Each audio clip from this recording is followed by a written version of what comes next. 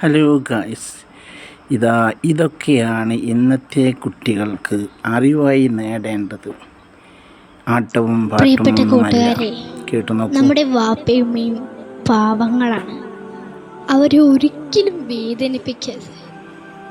മുത്തുനബി പറഞ്ഞല്ലോ, ഒന്നാമതും രണ്ടാമതും മൂന്നാമതും നിന്റെ പൊന്നുമ്മയാണ് നിനക്ക് പ്രിയപ്പെട്ടത്. ആ ഉമ്മാനെ നീ വേദനിപ്പിക്കലേ മോനെ. നമ്മുടെ മുത്തുകളാണ് വാപ്പയുമ്മയും, അല്ലേ? നമ്മുടെ മുത്തുകളാണ് വാപ്പയുമ്മയും.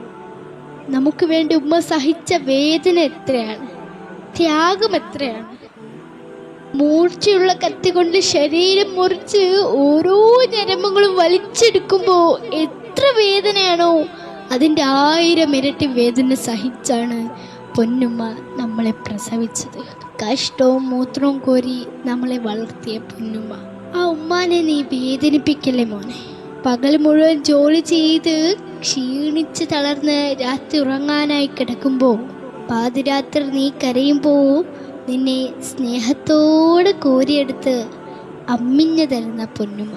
ഭിത്തിയിലോ കട്ടിലിൻ്റെ കാലിലോ ചാരിയിരുന്ന് ആ പാവത്തിൻ്റെ കണ്ണടഞ്ഞു പോകുന്നുണ്ടാവും. അപ്പോഴും ആ ചുണ്ടിൽ നിന്നെ ഉറക്കാനായുള്ള താരാട്ടുപാട്ടുണ്ടാകും. ഉറങ്ങാതെ നമ്മൾ ഉറക്കാൻ താരാട്ടുപാടിയ പൊന്നുമ്മ. ആ ഉമ്മാന്റെ മുഖത്തേക്ക് നീ ദേഷ്യത്തോട് നോക്കല്ലേ കൂട്ടുകാരെ, തർക്കുത്തരം പറയല്ലേ കൂട്ടുകാരെ. ഉമ്മയൊന്ന് വഴക്ക് പറഞ്ഞാൽ വാതിൽ വലിച്ചടയ്ക്കല്ലേ, പാത്രം വലിച്ചെറിയല്ലേ. പ്രിയപ്പെട്ടവരെ, നമ്മുടെ വാപ്പ പാവങ്ങളാണ്. അവർക്ക് സ്നേഹം പ്രകടിപ്പിക്കേണ്ടത് എങ്ങനെയാണെന്ന് അറിയില്ല. പക്ഷേ അവരുടെ നെഞ്ചിനുള്ളിൽ നിങ്ങളോടുള്ള സ്നേഹക്കടലാണ്. അവർ കരയില്ല. എല്ലാം ഉള്ളിലൊതുക്കി ജീവിക്കുന്ന മനുഷ്യൻ, അതാണ് നമ്മുടെ വാപ്പ. ആ വാപ്പ ഉരുകുന്നത് നിങ്ങൾ കാണുന്നുണ്ടോ? ഉപ്പ കൊണ്ട വെയിലിൻ്റെ തണലാണ് നമ്മുടെ ജീവിതം. നമ്മൾ കഴിക്കുന്ന ഭക്ഷണം, നമ്മൾ ധരിക്കുന്ന വസ്ത്രം ഉപ്പാന്റെ വിയർപ്പാണ്.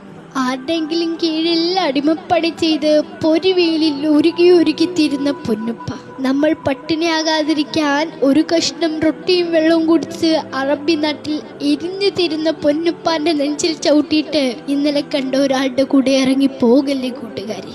നമുക്കൊരു ചെറിയ പനി വന്നാൽ, വീട്ടിലെത്താൻ ഒരല്പം വൈകിയാൽ അവരുടെ നെഞ്ചു കിടന്ന് പിടയ്ക്കുന്നത് നിങ്ങൾ കാണുന്നുണ്ടോ? അവർക്ക് എന്തൊരു ബേജാറാണ്. ജീവിച്ചിരിക്കുമ്പോഴാണ് അവർക്ക് സന്തോഷം നൽകേണ്ടത്.